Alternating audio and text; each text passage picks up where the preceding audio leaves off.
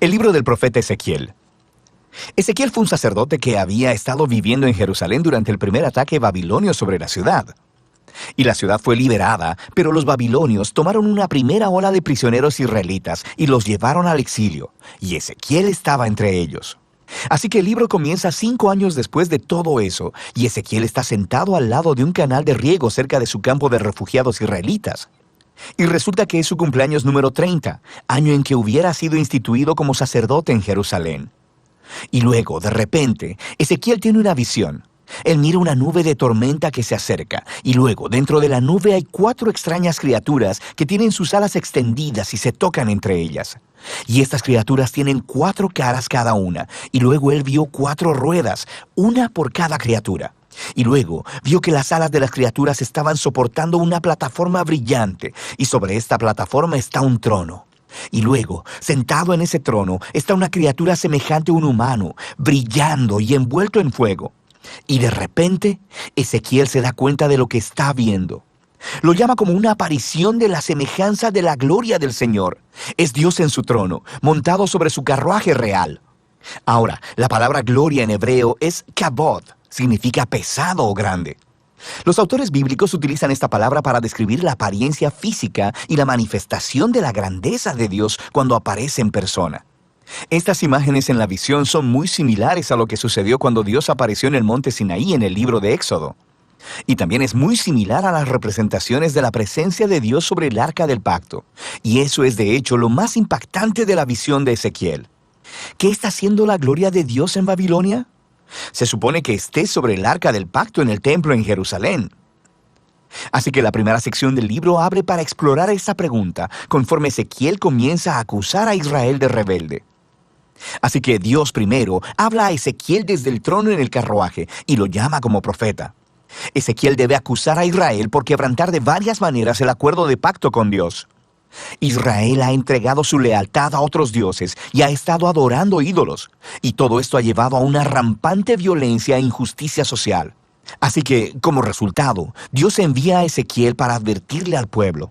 El primer ataque babilonio que llevó a Ezequiel al exilio será igualado por otro más, y Jerusalén y su templo se enfrentan a una destrucción inminente. De manera que Ezequiel utiliza palabras y otros medios para transmitir su mensaje. Él también realiza actos simbólicos. Estos eran una especie de teatro callejero. Ezequiel saldría en público y se comportaría de maneras muy extrañas, las cuales serían como parábolas de su mensaje profético. Construiría un pequeño modelo de Jerusalén y representaría un ataque contra él. O se rasuraría todo el cabello y lo cortaría con una espada. O, el más extremo, él debía representar el rol del macho cabrío el día de la expiación. Y él tendría que acostarse de lado durante más de un año, comiendo alimentos cocinados sobre excremento, como una señal de la horrible comida que el pueblo tendría que comer durante el asedio a Jerusalén. Y quizá lo más desalentador de todo esto son las malas noticias que Dios le dio a Ezequiel, que nadie iba a escucharlo. Israel lo rechazaría debido a su duro y rebelde corazón. Y esto nos recuerda a la descripción del pueblo que hizo Moisés después de la rebelión en el desierto, cuando predijo que un día sucedería el exilio, y Ezequiel tuvo el desafortunado privilegio de ver todo esto suceder.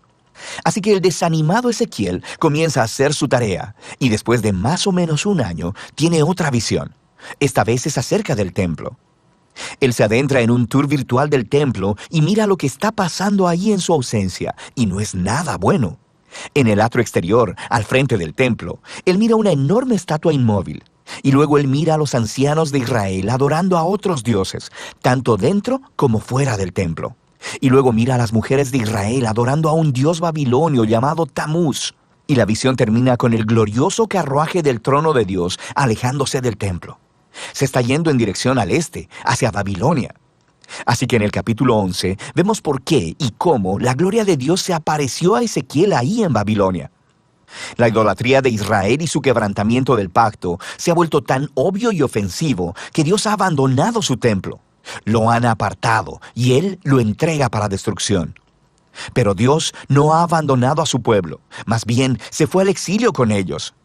Así que al final de esta visión en el capítulo 11, Dios promete que traerá de vuelta a la tierra un remanente de Israel y los transformará al sustituir sus corazones de piedra y darles un nuevo y tierno corazón de carne, para que después de todo ellos realmente puedan amar y seguir a su Dios. Este es un pequeño destello de esperanza, el cual rápidamente se sumerge bajo la realidad de la inminente destrucción.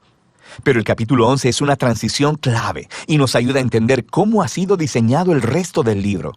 Las siguientes 3 secciones son todos anuncios del juicio de Dios. Primero sobre Israel, después sobre las naciones alrededor de Israel y luego solo sobre Jerusalén. Pero luego, después de eso, la conclusión llena de esperanza del capítulo 11 se desarrolla en las últimas 3 secciones del libro. Primero, esperanza para Israel, luego para las naciones y luego para toda la creación. Los capítulos del 12 al 24 se enfocan en el juicio venidero de Dios sobre Israel. Y esta es una colección diversa de ensayos y poemas. Y aquí, Ezequiel muestra su afición por las parábolas y las alegorías. Él describe a Israel como una vara quemada e inútil, o como una esposa rebelde, o como un peligroso león enfurecido que es capturado, o como 2 hermanas promiscuas. Todas son descripciones de la rebelión insensata y de la idolatría de Israel que resultan en su ruina. En esta sección, Ezequiel también actúa como un abogado. Él empieza a argumentar el caso de que, primero que nada, la destrucción de Jerusalén es realmente merecida, como consecuencia de siglos de violar el pacto.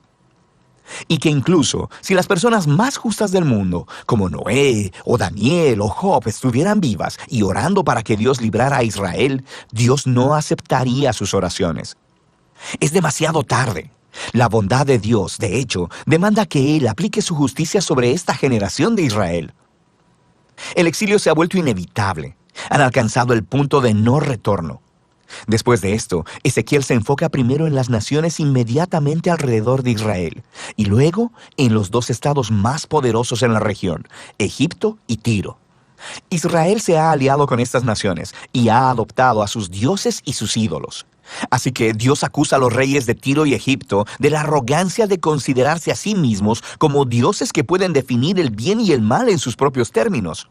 Y Dios hace responsables a estos reyes de su orgullo y anuncia que Él usará a Babilonia para hacerlos caer. Ellos se enfrentarán a la justicia de Dios junto con todos los demás. Después de estas secciones realmente intensas, tenemos una breve historia en el capítulo 33. Ezequiel se encuentra con un refugiado que acaba de llegar de Jerusalén, y él reporta que Babilonia ha atacado la ciudad de Jerusalén, que la ciudad ha caído y que el templo ha sido destruido.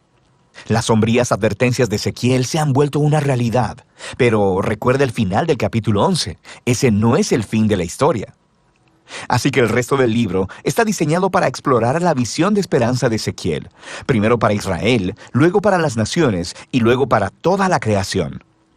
La esperanza para Israel comienza con Dios prometiendo levantar un nuevo David, un futuro rey mesiánico, quien será la clase de líder que Israel necesitaba pero nunca tuvo.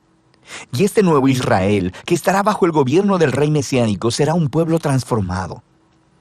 Dios lidiará con el centro de su problema de rebelión, dándoles nuevos corazones, justo como Moisés prometió al final del libro de Deuteronomio. Dios dice que les quitará su duro corazón, enviará su espíritu a su pueblo para darles corazones nuevos y blandos, para que puedan amar y obedecer a su Dios. Y esta idea se desarrolla en la siguiente visión extraña. Ezequiel mira un enorme valle lleno de huesos y esqueletos humanos secos, y Dios le dice que es una imagen, una metáfora del estado espiritual de Israel. Su rebelión contra Dios resultó en el exilio y en la muerte literal de muchas personas, pero también fue la muerte metafórica de su relación de pacto. Y Dios le dice a Ezequiel que su espíritu vendrá para traer a su pueblo de vuelta a la vida. Y así, un viento viene y ocasiona que todos los huesos se levanten y los llena con aliento de vida. Y luego crece piel sobre los huesos, y de repente Ezequiel mira a todos estos nuevos seres humanos parados delante de él. Esta visión evoca la historia de la creación de los humanos en Génesis capítulo 2, donde Dios hizo a los humanos del polvo de la tierra y les dio el aliento divino. Israel y toda la humanidad se han rebelado, resultando en muerte.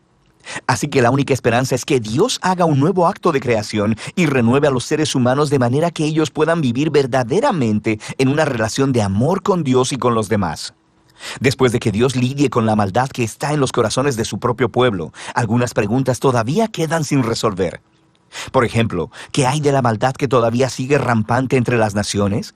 ¿Y qué hay de la morada de Dios en el templo en el futuro? Y de esto se tratan las últimas 2 secciones del libro.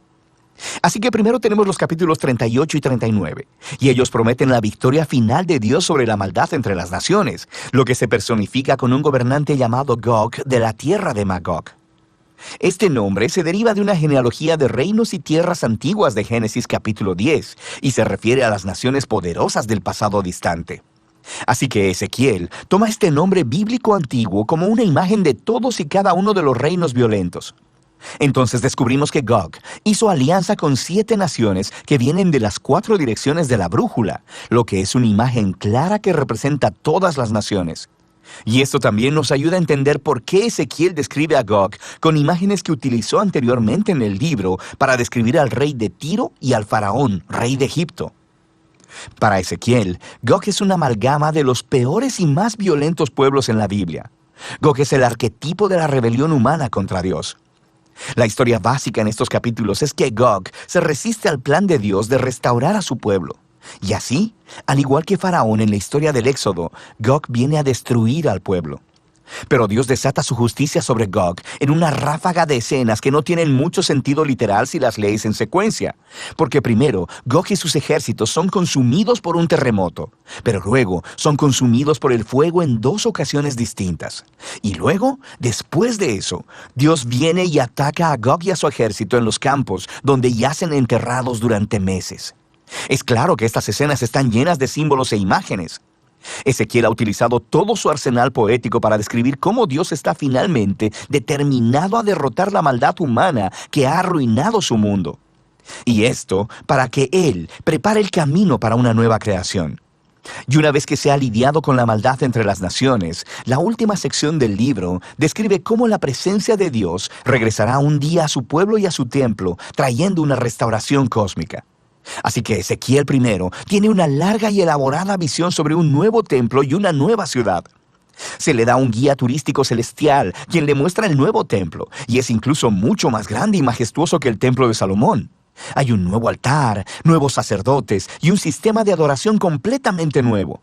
Y luego, después de este elaborado recorrido, el glorioso carruaje del trono de Dios que Ezequiel vio en su primera visión regresa y entra al nuevo templo. Ahora, el significado de estas visiones del templo ha sido fuente de debate durante mucho tiempo.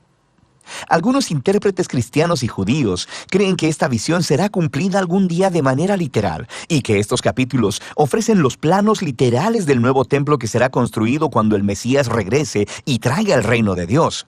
Pero muchos otros lectores judíos y cristianos creen que esta visión, como todas las otras visiones de Ezequiel, está llena de símbolos y que representan la realidad de la presencia de Dios regresando a su pueblo en el reino mesiánico, pero no necesariamente en la forma de un edificio.